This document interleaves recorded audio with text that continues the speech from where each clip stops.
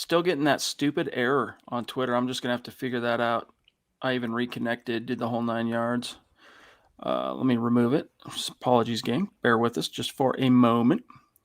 Because we got to let it breathe, as is the tradition here at Mile High Huddle and the Huddle Up podcast. Because we got to get the entire tribe under one tent. And we are good. So welcome in, everybody. It is the Huddle Up podcast, middle of the week, presented, as always, by Mile High Huddle and powered by Blue Wire Pods. I'm your host, Chad Jensen. With me, my fellow football priest. You know him. You love him. Zack Kelberman. Zack, there's a lot to get to. More fallout from the Von Miller trade, more context. Von shared his side of how that conversation shook out with George Paton. We've heard about the Halloween thing. Let's put a pin in the Halloween thing just for a second. Then there was the trade that sent rookie 7th-round pick, Carrie Vincent Jr., to the Philadelphia Eagles, which you had the story for us on that. So before we get into the Von Miller stuff, and then also some of the reaction to the things that George Paton and Vic Fangio have said in the wake of the Miller trade, do you feel like that was a good move for the Broncos, dealing away Vincent? Oh, yeah. I mean, you talk about getting a 6th-rounder back in exchange for a 7th-rounder. That's what George Paton did pretty much. For a cornerback that hasn't played a single snap, he's been inactive through 8 weeks so far, and you're getting a draft pick that you can use, same as the Von Miller trade for future, bookkeeping purposes. And you have 2 cornerbacks coming back in Essang Bassey, who's practicing, and Michael Ojemudia, who's, I think, a little further away. Both are coming off injuries. You have Patrick Surtain playing at a very high level. You have Ronald Darby, kind of a stabilizing factor on the outside. Hopefully you get something out of Kyle Fuller. I thought he would be the guy that gets moved, but maybe the Broncos were asking too much or there wasn't interest. But I think George Paton has proved he's pretty good at this GMing thing, Chad, through his first, 10 months on the job? I'm not worried about George Paton. I'm really not. I mean, that dude, if Vic Fangio said one true thing this week, it's that George Paton is one of the Denver Broncos' biggest assets. And right now he might be the biggest asset because he's very pragmatic. He's very savvy. And, as far as his interactions with Von Miller on trade day, there were some rumors going around that this was something Von was a part of, basically, right? That he had been apprised, hey, Von, we're gonna start shopping you, so be ready anywhere you want to go, buddy. Like you're getting a grocery list for the store. No. After the trade was done, he was in the building, did a few press things for the Broncos, out of the kindness of his heart. On the way out, like we showed that clip on Monday night, did a quick in the car media scrum where he took a few questions from Troy Rank and whatnot. But then he got home, Zach, and he uploaded a vlog, right, which is for his YouTube channel, and he does vlogs every now and again anyway. That's kind of his thing. And in it he kind of recounted, Zach, the morning, how it happened. He went in there, I'm just going to paraphrase, he went about his workout, his rehab, whatever that routine is because of the ankle. And while he's working out, he gets tapped on the shoulder by Vince Garcia, the new Greek, right? Hey, George wants to see you upstairs. And so he says as he's walking up the stairs, his heart starts beating fast, right? Like he can sense something's in the air here. Gets up there. George says, hey, Von, come on in. Take a seat. Von sits down. We're going to trade you. Just like that, dude. We're going to trade you. And we're going to send you to the Los Angeles Rams where you're going to get a chance to compete, yada, yada, yada. And then last thing here, Zach, Von goes on to recount that as soon as he heard that, he glanced out because, of course, Paton's office overlooks the UC Health Training Center, practice fields, and everything. And he kind of zoned out, phased out on what Paton was saying as kind of his career as a Bronco, literally like flashed before his eyes. And he thought about all of his memories out there on the practice field, all those reps, the highlights of his career as a Bronco. And then he kind of snapped back into focus.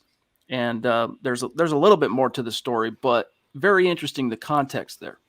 I love what Von said, though, today in his introductory Rams press conference. He said he went to sleep 4-4 and woke up 7-1.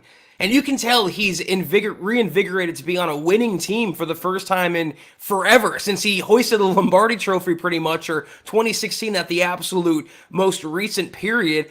And I think he even said it's good for me to be here. In other words, I mean, it's good for me to play on a contending team, and I'm entering the back nine of my career. I still have much to offer, and it wasn't in the future cards in Denver. But from a business perspective, I think some fans would maybe take umbrage with Paton trading away a rookie and Carrie Vincent, who never got an opportunity to play.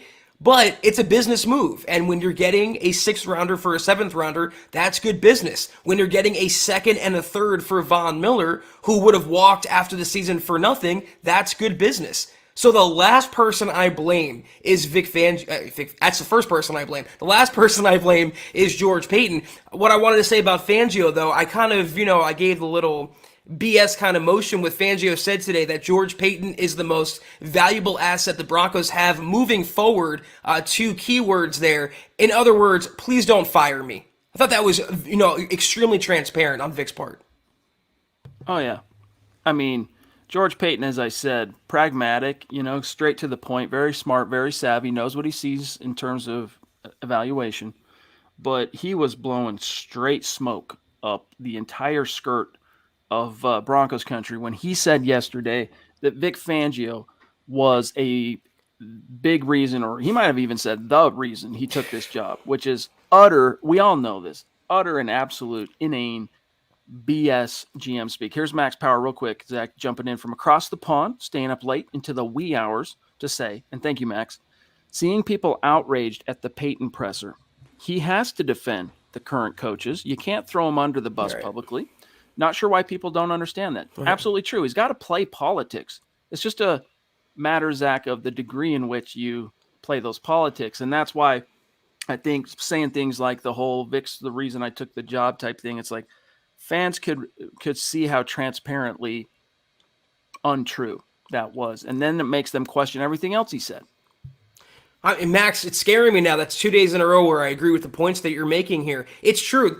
George Paton or Vic Fangio, for that matter, they're never going to say anything else. You have to kind of finesse the political climate of being a GM and knowing what's ahead and knowing the move that you want to make. But I find it hard to believe George Paton, who turned down so many GM openings over the last decade or so, he'd finally take the leap for a career assistant in Vic Fangio who couldn't even compile a winning record in Denver his first couple years. That is complete BS. And like you said, and like I tweeted, Chad, it's GM speak, nothing more. Don't read a second into it. Indeed. I think there was a lot peppered in what he said that was true. In fact, most of what George Paton said at the podium yesterday, I believe, was true. But I understand how many Broncos fans now are starting to question him a little bit because of how evident and obvious that big lie was. Travis, good to see you, buddy. Appreciate you. The stars, the support, you the man. We have a couple of raffles to get to tonight, and we are going to get to those raffles, so let not your hearts be troubled. We appreciate your patience on that. Monday was such a whirlwind. I mean, we knew the trade deadline was coming the next day, and we were ready for anything, but that was one of the few things we weren't entirely prepared for. And when you trade a player on a level of Von Miller, let me just tell you guys, as a publisher and an editor, as writers, as content creators, I mean, it's a whirlwind of work that you got to get to, grind out immediately. Andrew Lampy, what's up, buddy? Good to see you, buddy. Hope you had a great day as well. Zach, before we do the drawing, let me get to another point of content to set the stage here. And then we'll continue, of course, to see what's on everyone's mind in the chat from the supporters and superstars. Here's an article from our Keith Cummings. All right. A rumor is speculating that Von Miller's Halloween party, the drama thereof, played a part in the Broncos deciding to trade him and move on from Von Miller. Let me first, Zach, as you brought up, when we're talking Halloween and Von Miller, how could you not also connect the dots to this former storyline, right? When Chad Kelly attended that very party, Zach, in 2018 and ended up getting arrested that night. Beaten down by a vacuum cleaner. You think Von would have ended those parties after that, but apparently the meat and potatoes of the story is that he wanted his teammates to chip in, and it was a 6-figure affair, as you were explaining to me before the podcast, and his teammates didn't want to, and a rift grew because of that. Real quick, off the top of my head here, off the top of my cuff, if that's an expression, I don't think there's 100% truth to this story. I think PFN has it mostly right, but some of the details here might have been slightly exaggerated. I just can't imagine Chad, I Yes. can't imagine Vaughn creating a rift and his teammates turning on him over a Halloween party. It doesn't seem very, I don't know, Vaughn-like. So let me just get to it. Credit to Adam H. Beasley, a name that I didn't even know until today. So credit to Adam. And I apologize for not knowing this man's name, but here's what he reported. I think it was yesterday, Zach. I'm going to quote him real quick because maybe some people are scratching their heads. Quote, a source with direct knowledge of the situation tells Pro Football Network that Miller became upset when teams declined to kick in, declined to kick in for his annual Halloween party.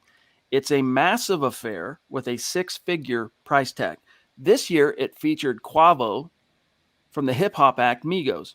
Miller's request for financial help came as a surprise to his teammates.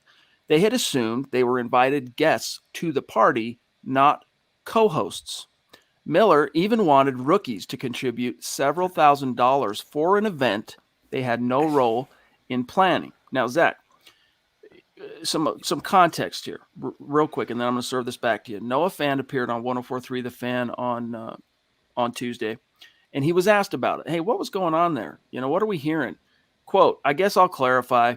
It was a situation where we were planning on having this Halloween party, and that was the thing. Then we dropped a couple of games, and Vaughn had contacted everybody in the group chat saying, hey, I'm thinking about canceling the party. We want to win games. We got to focus on winning games. That's the biggest thing, is being improvement driven, focus on winning, things like that. So he did try to cancel it. Guys still wanted to have it. And then it kind of went south from there. I'm not going to go into details. So Zach, let me put on my Sherlock Holmes here. I think Vaughn did indeed send a text to all his teammates saying, guys, we're on a losing streak here. Let's not be gay and party. And by gay, I mean happy. And, that's what I'm talking about here, guys. Come on now. And let's not be, try and regale ourselves with a Halloween party and celebration, because we got to be serious men about our business. We're on a 4-game schneid here. And then the players, his teammates, I think, came back to him and said, but no, Vaughn, dude, come on. No, we ought to do it. It'll be good for us. And da-da-da. And he's probably like, well, then if you guys want to do it, chip in. Maybe something like that. I don't know. That's either way, it seems like a stupid thing with which to create any kind of a rift in the first place. And George Paton said, if it's something you want to believe, it had absolutely nothing to do. He doesn't believe there's a rift, A. B, because there's not a rift, he said it had nothing to do with the trade.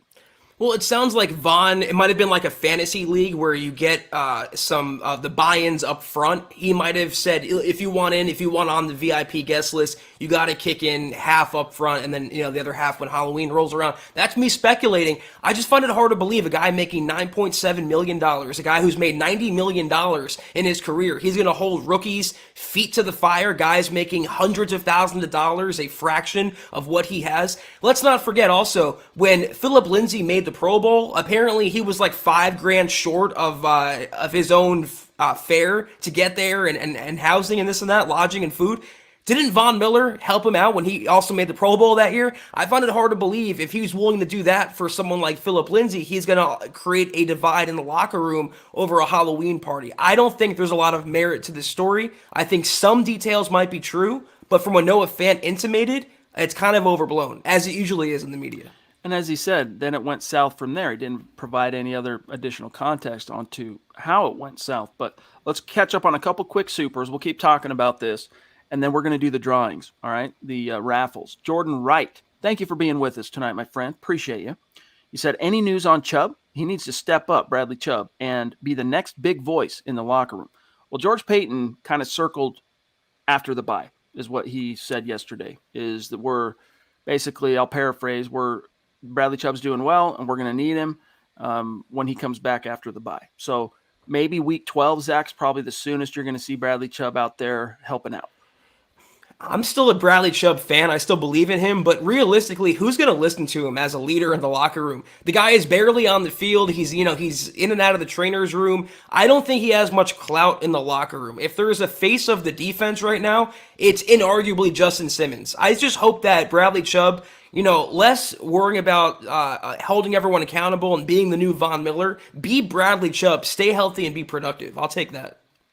Brandon, a.k.a. Bama Broncos, appreciate you, brother, saying, where will the Broncos go with rebuilding? Well, to be very simple and pragmatic and blunt in the vein of George Paton himself, starts with a new coaching staff, and you go from there. Also is going to include a new quarterback. I still think there's untapped potential in Drew Lock, but to use the word pragmatist for the last time tonight, okay, I also am been around the block enough times to recognize, Zach, that when they gave the job to Teddy, that signaled the end for Drew as a true viable, I could be your franchise guy in the future candidate. I don't really care what George Paton says. He claimed it's not a rebuild. We're not entering a rebuild. But like I posed this on Twitter and I got some pushback. When you're gonna have a new quarterback, when you traded away a Hall of Fame franchise icon, when you're gonna have a new coaching staff, not just head coach by the way, but defensive coordinator, offensive coordinator, special teams coordinator, assistant coaches, that to me qualifies as a rebuild. You can put different labels on it like Vance Joseph did, but he called it a reboot. You can, dispute the fact that you're entering the taboo R word, but that's what the Broncos are going to be doing. And as of right now, come January, they're going to be cleaning house. George Paton will be at the front of the line handing out pink slips. No doubt about it. Unless some kind of miracle is worked on the field between now and the end of the season, which, guys, I'll see it. I think we're going to know pretty well in this Dallas game on Sunday, Zach, just how likely the possibility of turning the ship around. I mean, George Paton said it a few times yesterday, in the thick of things. We're right in the thick of things. At 4-4, we're in the thick of things. And technically that's true. But I was encouraged slightly, Zach, by it. It appeared like the Broncos' eyes had completely gone like no light. It left the eyes, dead eyes. A little bit had come back, it seemed, against Washington, but not that full, bright, fiery. We're a football team in the league, baby, and we've been to 8 Super Bowls and we got 3 world championships and we're a force to be reckoned with. I didn't quite see that. I saw it in the eyes of a few individuals, but overall, didn't see that. But Kenny Young, hey, that's one thing George Paton said is he's I'm going to find actually exactly what he said about Kenny Young because it's worth talking about. Washington is a bad team. They didn't exactly blow them out, Chad. They kind of eked by, by the skin of their teeth in that game. They could have really easily lost that game. So I don't see a sudden turnaround no matter what George Paton says. And if he was serious about this year, about competing for this year, why would you trade your best defensive player? It kind of contradicts what he's saying there. You have to keep that front-facing messaging clear that they're still competing, they're not tanking, they're not waving the white flag, they're not entering a rebuild. I think it's all GM speak, though. I think the fans know where this season's going, and I think George Paton knows where he wants to go when the season ends. Absolutely. In fact, his statement before he opened the floor to questions, after he flattered Vaughn and paid tribute and respect to him, as he should, for being one of the greatest Broncos of all time and the greatest pass rusher of his generation. He came back and said, quote, in regard to our team, we're going to get some great capital from the Rams. It allows us to build a foundation that we've already started to build, and we can just add to that foundation and build this thing the right way. That's what we're going to do. Moving forward with this team, I believe in the players here. I believe in the coaches here. We're 4-4. It hasn't been perfect. We've had some ebbs. We've had some flows. We have a long way to go, but I do believe in the players. We're 4-4 and everything is in front of us. So he left the coaches out on the second time. Everything's in front of us. We're still in the thick of it. But yes, we do have a long way to go. I really look forward to the second part of the season, and that starts Sunday with the Cowboys. Zach, a great football team. So he claims it's not a rebuild, but then uses the word build twice, which is in the word rebuild.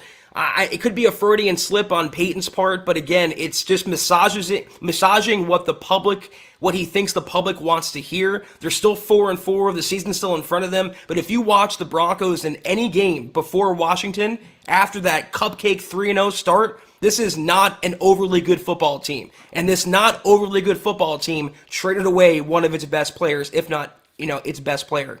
So I don't know. I'm not sure how to pronounce this name, so I'm just going to say Nshata. Shada? I don't know. Appreciate you. Welcome. Connect on Twitter and let us know how you do say your handle there, how you pronounce your handle. Now that Bryce Callahan is injured, why can't we place Kyle Fuller in the nickel? Watch and listen to you guys every day. Appreciate that, bro. Seriously. Thank you. It's a possibility. In fact, that's something Fangio said today that, Kyle Fuller is a guy they could call on to play the nickel. But they brought Asang Bassi back to practice today.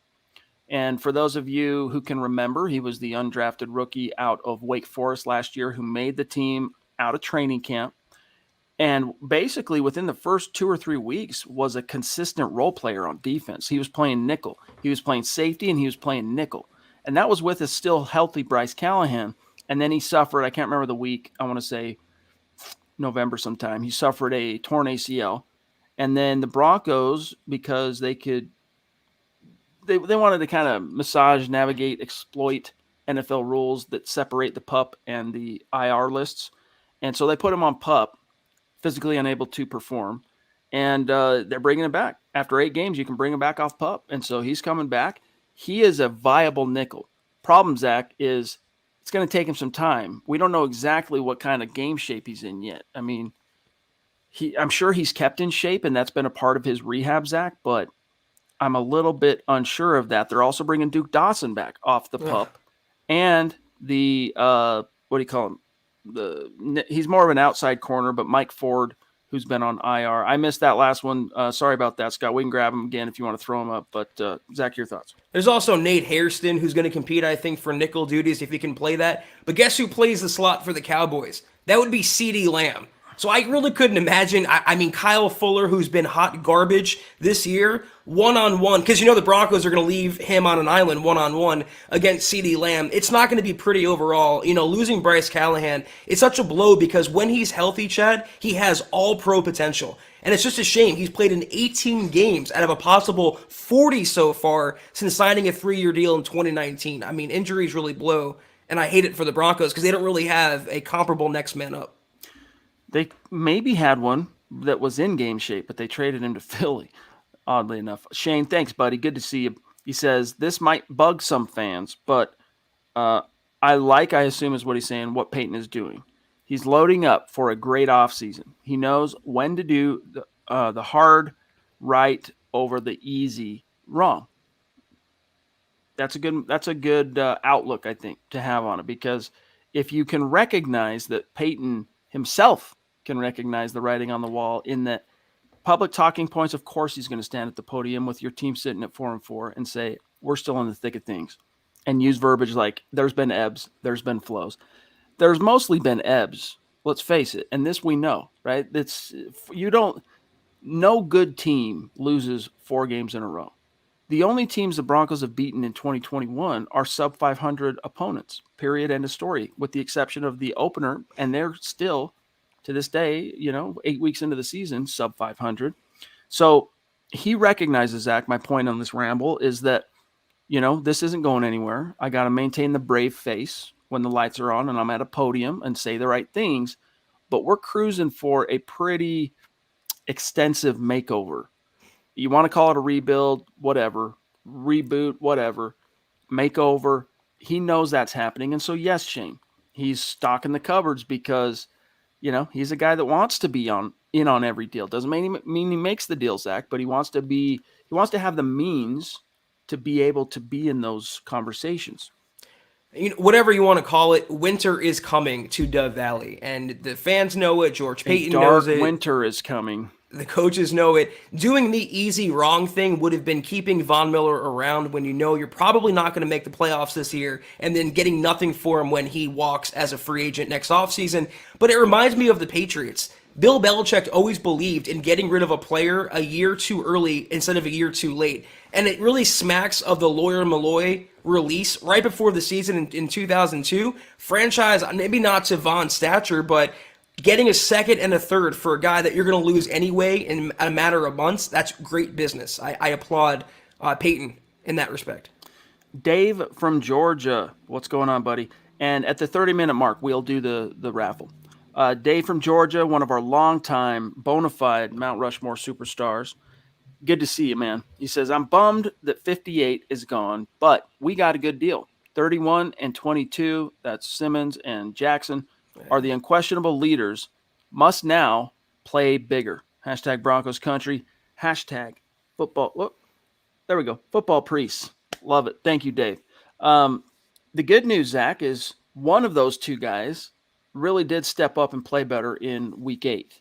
And that was Justin Simmons, who came away with 2 picks. And, of course, they were both Hail Mary picks. But nevertheless, he played better. In fact, if you look at the grades, whether it's PFF or even Eric Trickle, he earned good grades in week 8. Yeah, I mean, I'm glad you brought up the fact they were kind of desperation throws on Taylor Heineke's part. He did play better than he has. I mean, the bar is kind of low. I thought the front 7 was the bigger hero of that game, especially Shelby, Draymond, Malik Reed. I wouldn't call Kareem a leader, though. I mean, he's a liability as far as I'm concerned. I know he's the mouthpiece, but, the sooner we see Caden Stearns as a full-time starter, I think the better off the Broncos defense will be. Where'd Naj go? Here he is. Naj, love you, bro. He is in the running for the jersey. He finished top 5. We're going to get to that drawing here in just a minute, but he says here, thank you, Naj. I really like what Paton said. Whether or not he believes it, he went above and beyond to try and convince the current players and fans that the team has its destiny in front. Positive leadership matters. And I would agree on that. You can't get up there as a GM, Zach, and be the, little dark rain cloud and rain on everybody's parade. Like, it'd be one thing if they were 1-7, right? To get up there and kind of be very bleak. But I think George Paton, in all honesty, in terms of tonality, did a pretty good job of walking the line between recognizing the Broncos have a lot to improve on while not standing up there and saying, we're dog, you know what. Keep in mind, this is a rookie general manager, and he was tasked with trading away a franchise icon in his first year, less than a year on the job. I mean, he's been stable so far. You said he walked the line. He's making great business moves. I think he has the Broncos on the right track. Can you imagine what he's going to do in year 2, year 3, year 4? If he gets that far, I think George Paton, the Broncos are in good hands with his leadership. Let's grab Peter Geiger. Is it Geiger? Is that your last name? No, it's different. Maybe it's a different last name. Either way, Peter, I know is your name. Good to see you, buddy. Down in Australia. Hope things are improving down there. What we read in the headlines here in the States, man, it's been like 1984 down there. Hope you're doing well, bro. Free. And staying safe. He says, good morning, Priest. Finally catching a live stream. Super sad to see Miller go, but we got a good deal. Who knows? He might be back. Also, can we start Locke soon? I still want to see what we have in him. Go Broncos. Best Broncos pod. Hashtag state of being. Yes, sir. See, it's cats like this that prove Broncos country, not a geographic location. It's a state of being, baby. And he's in literally on the other side of the world, and he's with us now. The miracle of the internet, ladies and gentlemen. It's just phenomenal. But thanks, Pete. We, I think the whole Drew Lock thing, George Paton was pretty emphatic. Teddy's our quarterback. Like, he shut that down straight up. Teddy's our quarterback. I mean, we've been saying it for a while. As long as Fangio is employed by the Broncos, and as long as Teddy can actually physically throw and walk around, and even if he can't, Fangio proved he'll play him anyway. So barring that, Locke's not going to see the field. Dadbod44 on Twitch says, why not give Drew the nod for the rest of the season? See if there's any trade value there. Well, rhetorical, right? Why not? I mean, at this stage, what do you have to lose? I think is probably the better question, and not much. But because they consider themselves to, as Paton said, be in the thick of things, their plan A was Teddy. And so they're going to stick with plan A until plan A is taking them completely off course in terms of being in the thick of things. Now, if this team ends up, and it's a rough slate, guys, Dallas, week 9, week 10 is Philly, right? Then you got the bye. So let's just say the Broncos go into the bye at 4-6. Even if Vic Fangio still has his job, I think there's a modest chance you could see a quarterback change during the bye. But I wouldn't expect it, at least not sitting here right now. Now, the complexion and shape of these next 2 games in terms of if they lose, how they lose, and what role Teddy Bridgewater played in it will have a big impact on whether or not Vic Fangio feels like there's enough there to be able to stand up and swallow his pride publicly and replace the quarterback he handpicked for the job. Vic Fangio is the answer to every Drew Lock question going forward. I mean, that's how we can fill in the evergreen Drew Lock queries that we're going to get here. It's Vic Fangio. Ivan, been furious on the stars and super chats lately. Thank you, Ivan. You're supporting us. You're helping keep the lights on. You're helping keep this content coming on a nightly basis, and we appreciate you. He wants to know, Zach, is it true that the Saints asked for Teddy in a trade? And I assume he's saying and Broncos said no. I haven't heard that. I haven't either. I know there was some conjecture and rumor, more like speculation, that the Saints could come knocking because Sean Payton knows, hey, Teddy went 5-1 for me as a starter when I needed him.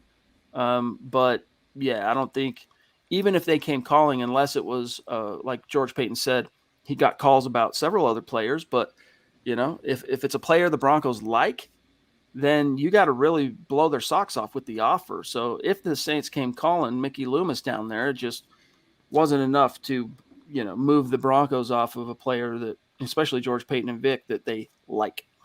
I mean, they do have Taysom Hill and Trevor Siemian, so I think both of them combined equal one Teddy Bridgewater.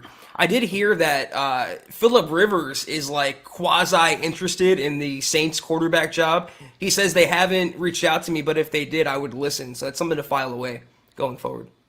Scott, he's like screaming at the TV at the screen right now, or when we were covering that last one. Yvonne, I'll try and remember that. Yvonne. Last super chat for just a minute, and then we're going to do the drawing. From Zackler, what's good, buddy? Appreciate you. Says, hey, guys, I love George Payton. I think he's done a great job. I agree with almost every move. I just hope that Vic and Pat Shurmur are gone by the end of the season. Dude, I don't foresee anything, Zach, at this stage outside of literally a miraculous playoff berth that is going to result in Vic and Pat still being here on, halfway through January. And if you can't beat a Raiders team that lost its head coach, if you can't beat Case Keenum, and when your backs are against the wall, I mean, how could you have any belief that the Broncos are going to topple teams like Dallas or Cincinnati or the Chargers or the Chiefs? Right now, the confidence should be as low as it is. All right, guys, in case you missed it, we've been doing this the last 2 or 3 months, and it's been really great.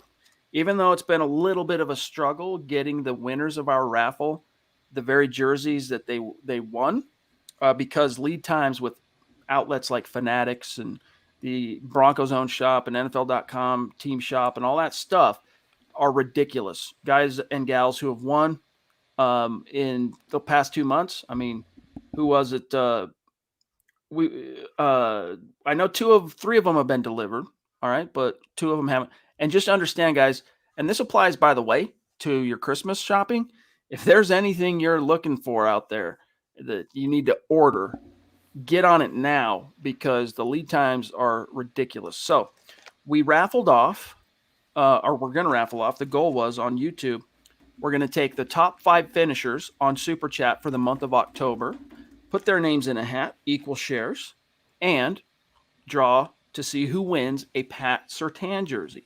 I have those 5 names in this hat, and to wit, they are Mark Langley, Naj Altaf, Michaela the Duchess, Seth Harmon, and the Queen Christy. All right, Christy's won one. I'm shaking it up.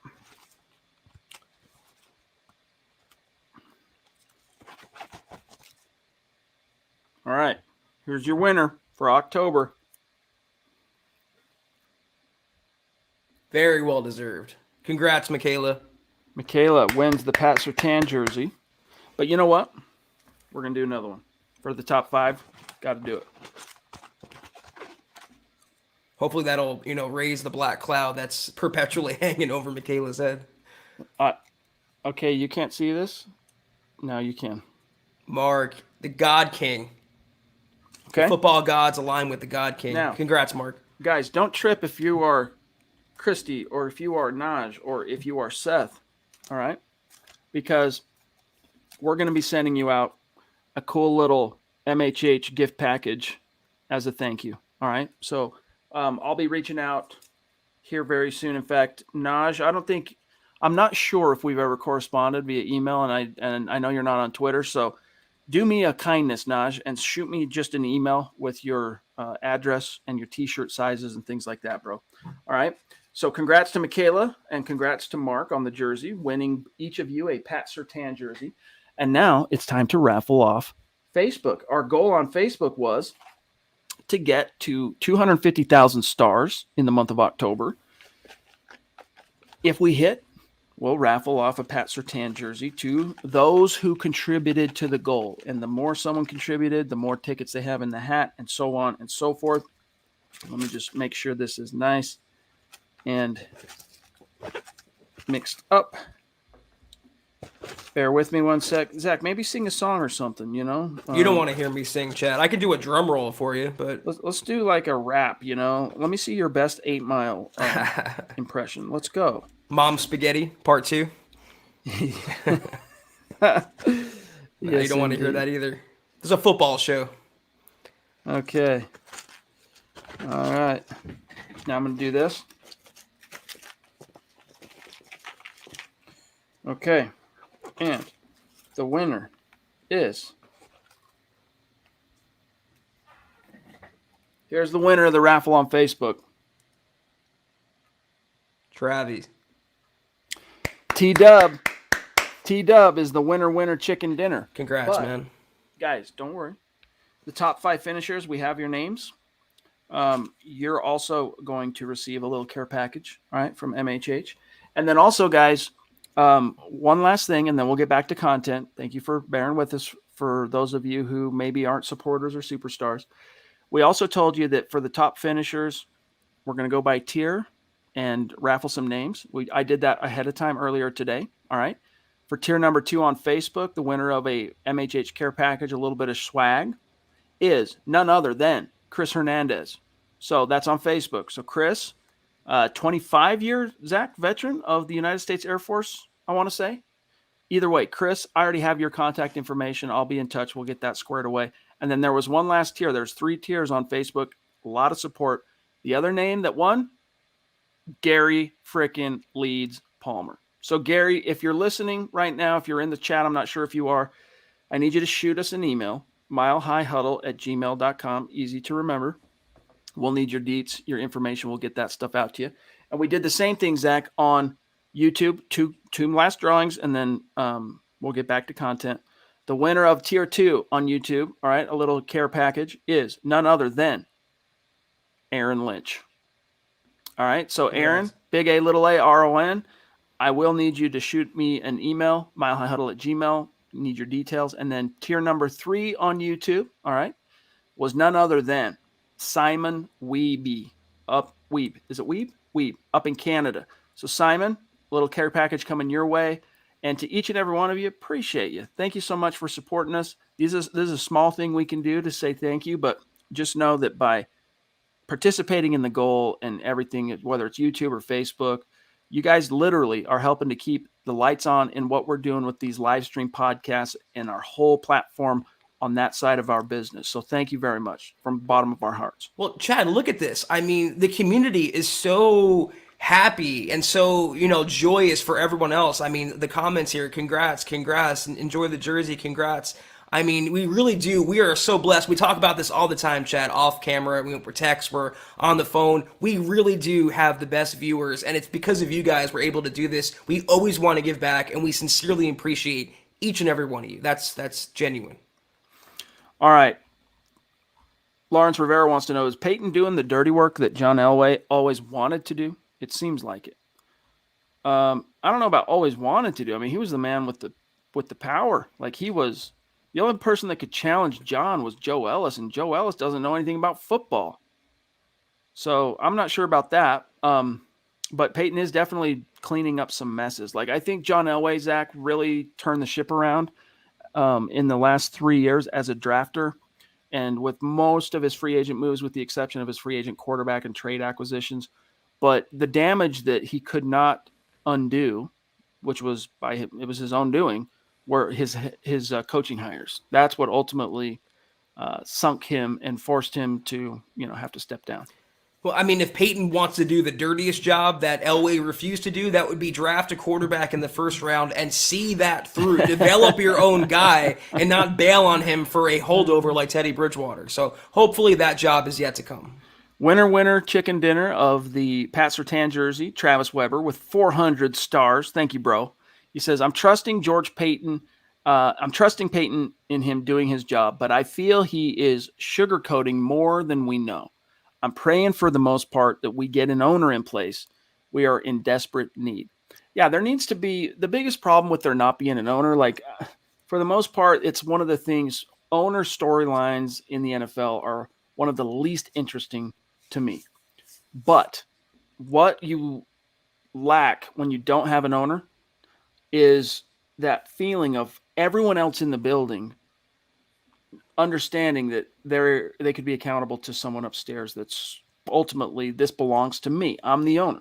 And if there's no one really at the top of this thing, at the apex of the organization, that where the buck ultimately stops, it can really go side. If it goes sideways, it can, as we've seen, persist, Zach, and it has become a pervasive theme at Broncos HQ. And the sooner they can get that resolved, the better. I think it'll help keep everyone honest, for lack of a better term. Travis, I understand how you feel, but I implore you or anyone else right now on November 3rd not to take what Peyton is saying as gospel. I promise you what happens on January 3rd, for example, will be a lot different. He has to say these things right now, but I think he's on the same page as you, Chad, and I, and the rest of us, that he sees a coaching change is imminent and inevitable. The Dutch is jumping in with a very generous super chat. And by the way, guys, the goal on Facebook this month is 200,000 stars. So we're dropping it a little bit. I feel like make it a little bit more not so hectic to try and get there in the finish in the final week. We're like, all right, let's just dial it back because the support is the support. We want to make it something that is reasonably attainable. So it's 200,000 stars on Facebook. We hit that goal. We're raffling off a jersey of the winner's choosing. That's what's cool nowadays. You don't have to necessarily find a jersey that's, of a player's name that's in stock. You can just pick the team and then choose the jersey, the name and the number, and it's bada bing, bada bang. So it's you're choosing the same on Facebook, top 5 finishers, raffle, get to choose their jersey. Michaela, I think blowing smoke is part of the GM job. Absolutely. Any leader has to play politics. Any leader is on one hand, has to be a visionary, has to be an ambassador of sorts, has to be a politician. I can't see Peyton being, and an expert, let's face it too, you got to be the best at what you do. I can't see Peyton being pleased with the coaches. I think we must have faith. By the way, love you, one and all. She's talking to everybody that can hear our voice right now. You talk about blowing smoke. I think it's absolutely part of a GM's job title or a head coach or really anyone that deals with the public, deals with the media, has to present a certain face, a certain posture. But it's no different and it's less egregious than John Elway going up in front of everyone with a serious face and saying, we're acquiring 34-year-old Joe Flacco in the prime of his career. It's part of the job description. And again, what Peyton is saying right now, I believe, and Chad believes, and a lot of us believe, is not what he really feels. Have patience, and I think you'll be pleased with the final result. By the way, Michaela, we love you too. You know this. Christian, what's good, buddy? Appreciate you being with us. Thank you for the support. Longtime Super Chat superstar. I want to say you've been with us now as a contributor and key member of our community in our chat conversations at least a year. I want to say you stormed onto the scene 2020, if I'm not mistaken. But either way, great to have you with us, buddy. He says, it's one thing to support Vic, but when you say I came here for Vic, that's a whole different situation.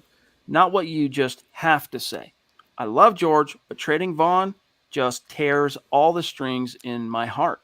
Vaughn, that same channel, guys, go follow him on or subscribe to him on YouTube. All right. Because on his same channel last night, he published it looked to me like it was maybe made by the Broncos and they gave it to him to publish, but it was, I'm not going to lie. Like I have become pretty numb to the emotional vagaries of fandom because of what I do. All right. But I'm not going to lie. When I watched it, it had some country song on it playing in the background that had something like the guy was singing about his father not being dead. But how he's always still with you, even though I'm not here, I'm always around type thing. And that was the message Vaughn was sending with a bunch of clips and stuff from his career. Even though I'm not here with you, Broncos country, I'm always going to be with you type thing. Very poignant, very sweet. Go check it out. Christian, I totally get, or any fan out there, the emotional aspect, tearing at your heartstrings, but step back and take your heart out of it and look at the trade with your brain. Look at it with a logical point of view. The NFL is a business first and foremost, and you're talking about a 32-year-old guy who's going to be a free agent. He's playing out the string in Denver, no long-term future. You'd let him go for nothing anyway. Now you're getting back a second and a third round draft pick. It's just good business on the Broncos' part, and it's a win-win because Vaughn now gets to go play for an instant day one contender. And if you're truly a fan of Von Miller, you want to see him hoisting that second Lombardi trophy. So there's not many win-wins in the NFL. I think this was a rare instance. Mike Reno says, all this BS with Vaughn is just that. He would never sabotage the team, and he will retire a Bronco. I think you're right on that. I think he will retire a Bronco one day. Clado.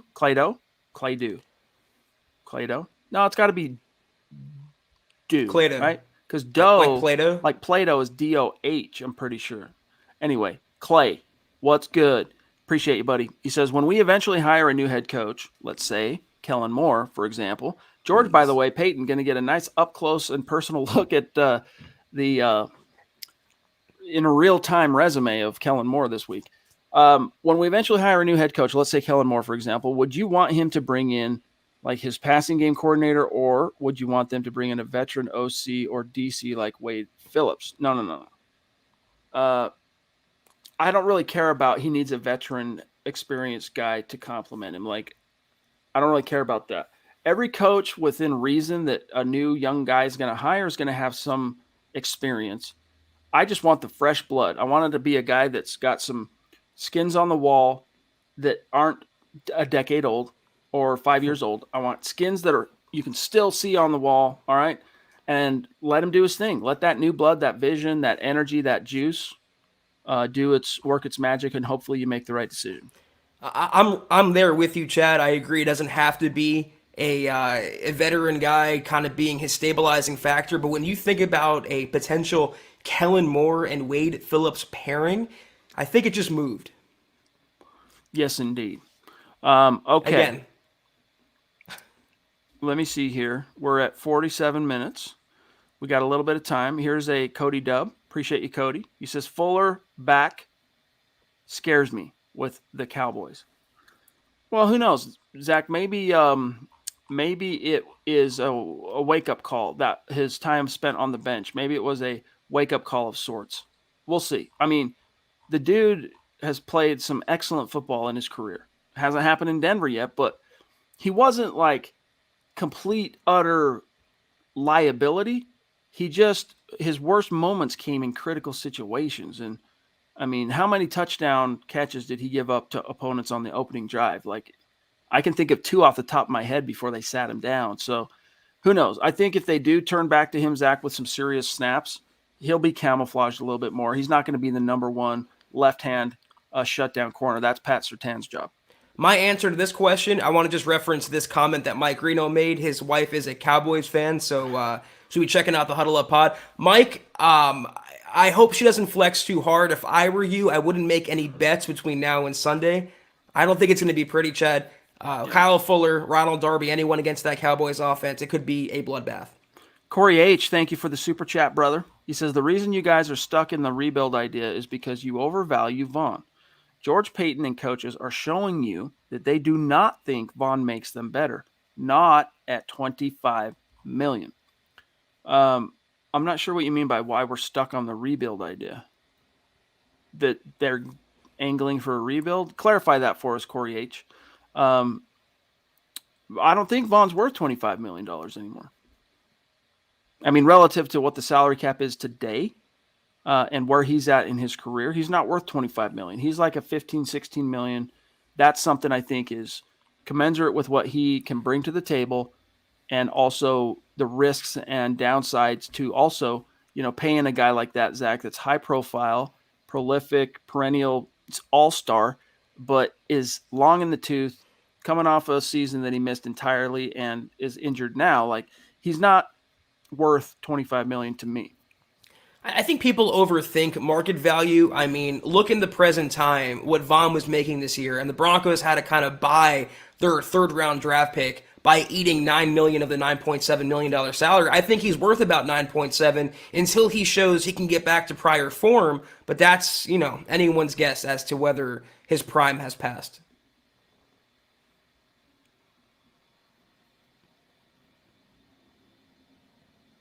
Did Chad freeze, or is that me?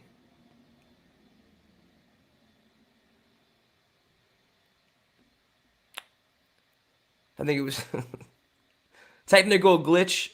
I think Chad's hopping back in. Dude, Chadception going on right now. weird. Like my browser's doing something because it shows in our control room, it shows we'll have another one open. My browser just crashed. So let me get that one out of here. I don't know if I can bounce him. I guess I can't, but You're stuck with him now. I literally was clicking over to YouTube to check the back end for any supers we might have missed. Clicked on the tab and it went, and now it just disappeared. Weird. Now we have anarchy because I'm on the left, so it's a complete yeah, chaos right now. People are going to be thrown off their rocker. All right. What did I interrupt? You're probably talking about Tim. I was finished. Okay. Until your clone popped up. I am the doppelganger. He says, let's finish out the season and see who stands out. Keep them, rebuild. Finally, beef up this weak O-line with some draft picks. Beef up this O-line. Yeah, buddy. From your lips to the ears of the football gods. Let's just hope that they can do something there. I mean, you need a young, bona fide right tackle. But you know what, Zach? It'll be interesting because Garrett Bowles is going to miss for sure this week, and maybe even they might just keep him out till after the bye because you got Philly next week, and wouldn't surprise me. Calvin Anderson, he's going to get some time under the lights, and if he ends up being equal to his opportunity, then you maybe have a solution you can kind of plan around for right tackle. Doesn't mean you ignore the offensive line in the draft, but it'll be interesting. Let me just conclude by saying I'm hoping Calvin Anderson comes out and puts out some good things on tape. Yeah, I'm hoping I find $1 million on the street. I don't think it's going to happen against Randy Gregory and Micah Parsons in that Cowboys front. It could be a long afternoon for Teddy Bridgewater running away. And realistically, when you look at the draft for the Broncos, there's 3 ways they really should go in 2022. Quarterback, edge rusher, or right tackle. They've neglected that far too long. Bobby Massey's not the long-term answer. They don't really have a long-term answer. They haven't had one for years now. It's time they, as the comment posited, to finally get that guy in the building. The Bugmeister. That's a newer name. Welcome. Thank you for that super chat. Says, love the show. You helped me through the day out here in Utah. Thank you. Tough matchup this Sunday. Surtain on CeeDee Lamb. Let's go. Well, Zach, you're saying that CeeDee's been playing a lot out of the slot.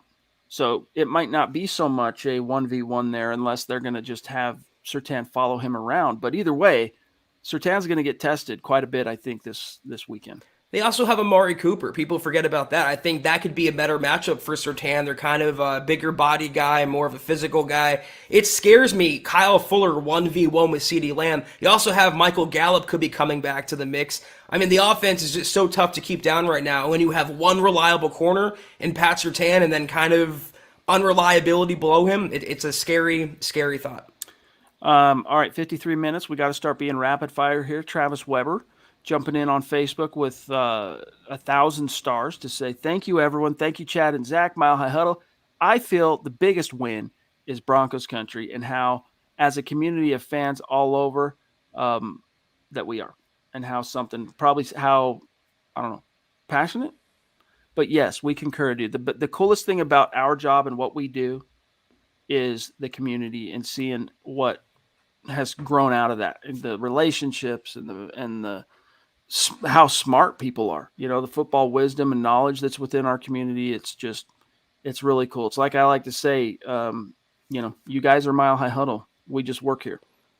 You guys are the best, Travis. It's so well deserved what you're getting, and everyone else who won and didn't win. You guys are what makes this show go. And Chad and I talk all the time about how incredible each and every one of you are, and we could not be more appreciative. Thank you. And congrats on your win, Travis. Luis, what's good, buddy? Thank you, bud. He says, going to be at the Dallas game. Win or lose, I'm supporting the Broncos all the way. I will be thinking of all you guys, crossing my fingers for an upset. Well, hey, you know what? The last time the Broncos were in Dallas, pretty sure was that 2013 shootout. Manning versus Romo. What was the final? 52-49 or something like that. So who knows? Any given Sunday. Right, Zach? I mean, technically, I think the Broncos and their fans can hope for a trap game on the Cowboys' part. They really had no business beating Minnesota without Dak. But Dak's coming back this week. You still have that offense is humming along. The defense is the most surprising part about the Cowboys. They're playing at a top 10 clip, especially against the run. They shut down Javonte, they shut down Melvin Gordon, and they get after Teddy Bridgewater, and then the Broncos can't make up the deficit they're sure they're going to fall behind with. I don't see a favorable outcome, but anything can happen. I'm just real quick before we grab this one, I'm just taking a quick glance over the back end. No, Claude or anybody else. I'm not a Cowboys fan. It just pays the bills. By the way, NG Shada clarified his handle. It's NG Shada. My initials for Nigel Graham. Very cool, Nigel. We'll call you NG Shada as it is. Very cool. All right, thank you for the clarification. Shane Daniels, a.k.a. The Aviator, says, and thank you for the star support, brother. I know your time's coming on the drawing. I know it, dude. He says, if Paton and by the way, Shane, reach out to me. I'll get you a t-shirt or something, bro. You're the man. We got to kick it with you at the meet and greet, and that was a lot of fun. He says, if Paton came out speaking ill of Vic Fangio, like Fangio does to players and other coaches, the amount of discourse in the locker room, discord, I think he means in the locker room and media, would be ugly. Yeah, he's just smarter. He's a politician. I mean, guys don't make it to GM, with very few exceptions, if they are not very good salesmen and politicians. And George is one of those. Chad, you would remember probably, it was 2017, 2018. John Elway made a comment in the middle of the season that ruffled a lot of the Broncos players' feathers. Do you remember what I'm talking about? What year? It was 2017 soft. Yeah. soft, yes. If he would have came out and told the truth like Elway did, it sows more division than it unites the players. George Paton played his hand perfectly, and you're going to see a different action on, again, January 3rd or January 10th, whatever, when he cleans house, as the messaging he's getting across on November 3rd. Be patient. Dude, promise. I can't remember I remembered that. I can't even remember what I had for breakfast, and I remembered that. I'm not as demented as I worry at times. Rando, appreciate you, brother. He says, why did the Broncos organization choose to wait on new ownership? It's not so much choosing to wait, bro. Like, they're in the throes of a familial struggle that has spilled out and taken, the battles thereof have taken place in court. Right. It's just not that simple. Unfortunately, this is Pat Bolin's succession plan, though well-intended, was not very. He should have just named somebody. Period. Freaking end of story. But because he left it open for the trust to pick one and decide, it gave everyone else that the trust didn't really like, because it was all based on hitting qualification markers within, your candidacy to be the new owner, controlling owner.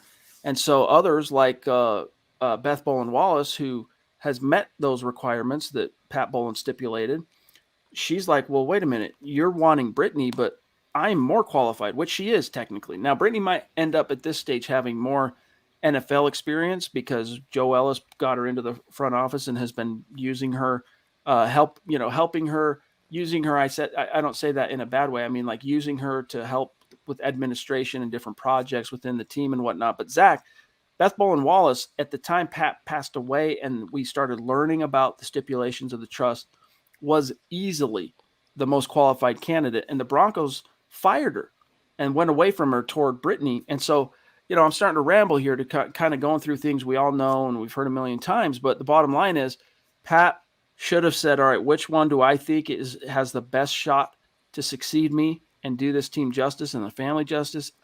It might ruffle feathers, but I'm not going to be around to worry about it anyway. Here's the name. And because he didn't do that, we are where we are.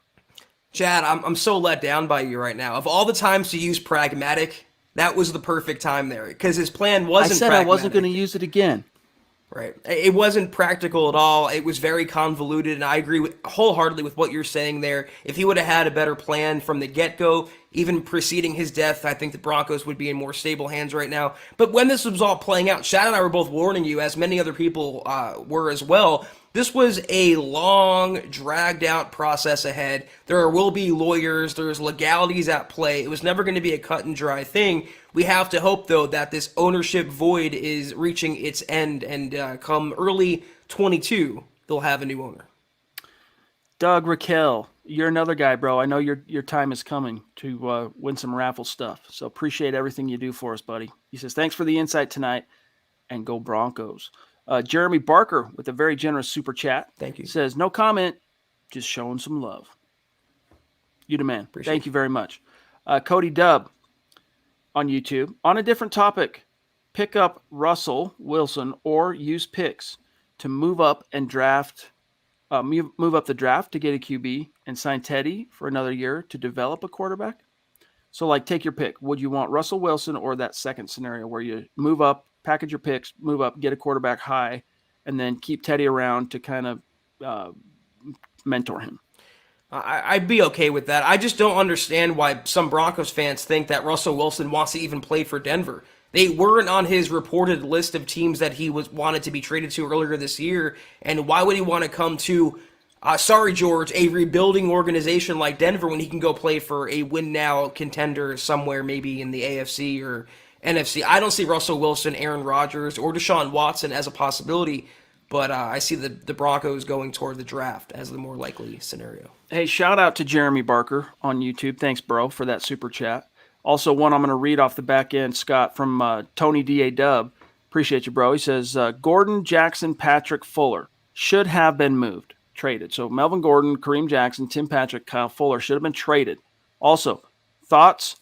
Good for Vaughn and Broncos. Works both ways, but Teddy is still QB1. Hilarious. We're planning to go 500 by scoring 3 points in the first half. Yes, indeed, my brother. Yes, indeed. We feel you on that. Zach, before you reply to that, if you were going to, I just wanted to say one thing about Russell Wilson.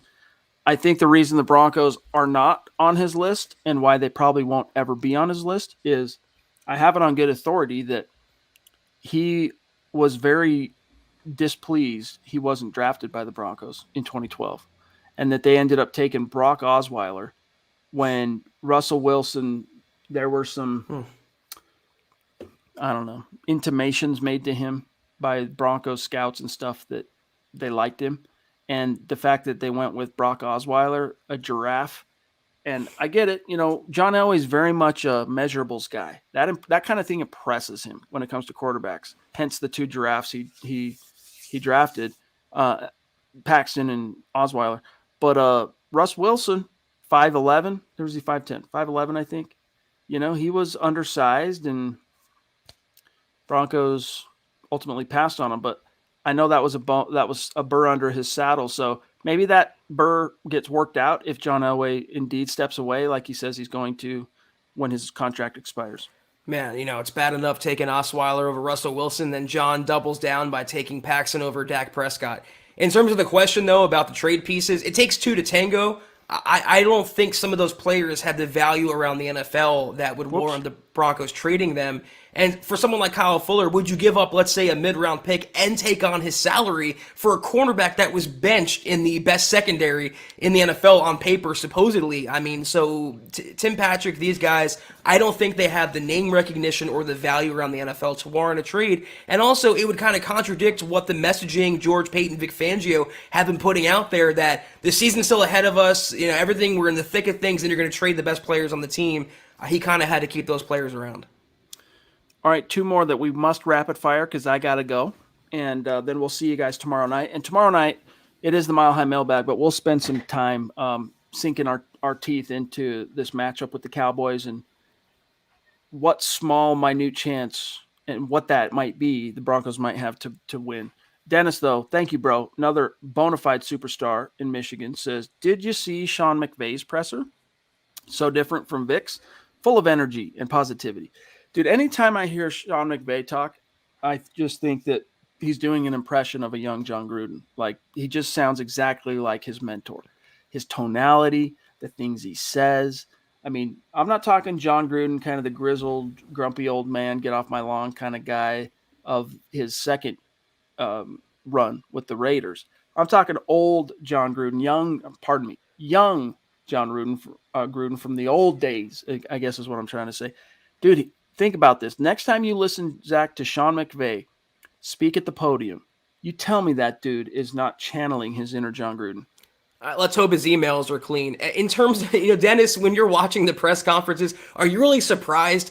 I mean, I think a coma patient has more energy than Vic Fangio. He has one setting and one setting only. That's stoic. All right, we got 2 from Damien that we'll weave together. Thank you, Damien. I hope we will pull out a win. Okay, I will bite. Who is the best quarterback available? But I don't want to be pragmatic. LOL. And then he says here, and this is the last one we got to go. Yes, I lost faith in Elway over the Dak decision. Another guy the Broncos had more than one shot at in 2017 draft. 16. So, who is the best QB available? Are you talking NFL? You talking college? All in one? I can't give you an answer on the college side yet. It's too much left to be determined. There's some guys I like, but I think if you're looking for we still think we got enough of the pieces there. We're a sleeping giant still. Then you go out and throw the kitchen sink, whatever it takes to get Aaron Rodgers here. My guys in the draft, and I'm with Chad. I mean, a lot can and will change between now and the draft when it actually happens. And the Broncos are on the clock. But right now, Malik Willis and Matt Corral are my 2 guys. But it all depends also who they pair with those quarterbacks. You don't want to deliver them into the clutches of Pat Shurmur. But if you have Kellen Moore or Brian Daboll, it becomes a lot more enticing having that dual threat next level quarterback with the next level play caller. Into the clutches. I like that. Guys, we got to get going, though. So Zach will do our rundown, and I'll pull up and see how we finished on Facebook today. This was the Huddle Up Pod, guys. Thank you all for tuning in with us, and congrats to the winners of all the drawings today. Be sure, until we see you guys tomorrow night for the Mile High Mailbag, follow us on Twitter at Huddle Up Pod. You can follow the main account at Mile High Huddle. You can follow Chad on Twitter at Chad and Jensen. You can follow myself at Kelberman NFL. Go to huddleuppod.com and get yourself a Football Priest hat, Football Priest t-shirt, coaching shirt, anything and everything you can fathom from every single podcast on the network is in that store. Also, facebook.com/Mile High Huddle. Hit that big blue button, become a supporter for instant access to our 3 VIP shows, Kelberman's Corner, Broncos Book Club, and Trickle Zone each and every week. Also, facebook.com/Mile High Huddle Pod. Like that page. And if you haven't yet, go to Apple Podcasts and leave your Football Priest a 5-star review for a chance to win some swag each and every month. That's the one thing I forgot. I forgot to do the drawing there. We'll do that tomorrow night. Give our Apple Podcast people something to look forward to additionally for tomorrow. Sorry. Leave you guys on that cliff for one more night. Be sure in the meantime, though, if you can't do any of those things, do these 3 things that take 5 seconds. Subscribe, like, and share this video and every video you see on the MHH channel. Helps us grow and reach more Broncos fans just like you. All right, here's how we finished on Facebook. The winner of the October drawing, Travis Weber on top. Appreciate you, bro. Rando at 2, Doug at 3, Tim at 4, Shane rounding out the top 5, followed by Claude, Mike Reno, Andrew Lampy, Yvonne, and Andrew. Remember, you're getting a little care package sent your way, so I need your information, bro. Send us an email, milehighhuddle@gmail.com. Lawrence Rivera, Nathan, you're another guy. You and Lawrence both, who I know your time's coming with the law of averages relative to the drawings. Marcus. Travis Tarbox, you as well, bro. George Fox and Howie frickin' Day, who won the frickin' Von Miller jersey in frickin' September. And by the way, Howie, that got reordered through Fanatics yesterday. You should see it within a couple of weeks, your Von Miller jersey. So appreciate your patience on that, brother, with that whole snafu. That's a story for another time, but it's coming, bro. And when you get it, we want that selfie. Yes, guys, until tomorrow, take care, be safe, and I see John Shatner as a potential owner for the Broncos. The Papa John's guy, like what? Definitely not. But anyway, guys, this was a great show. Take care, and as always, go Broncos.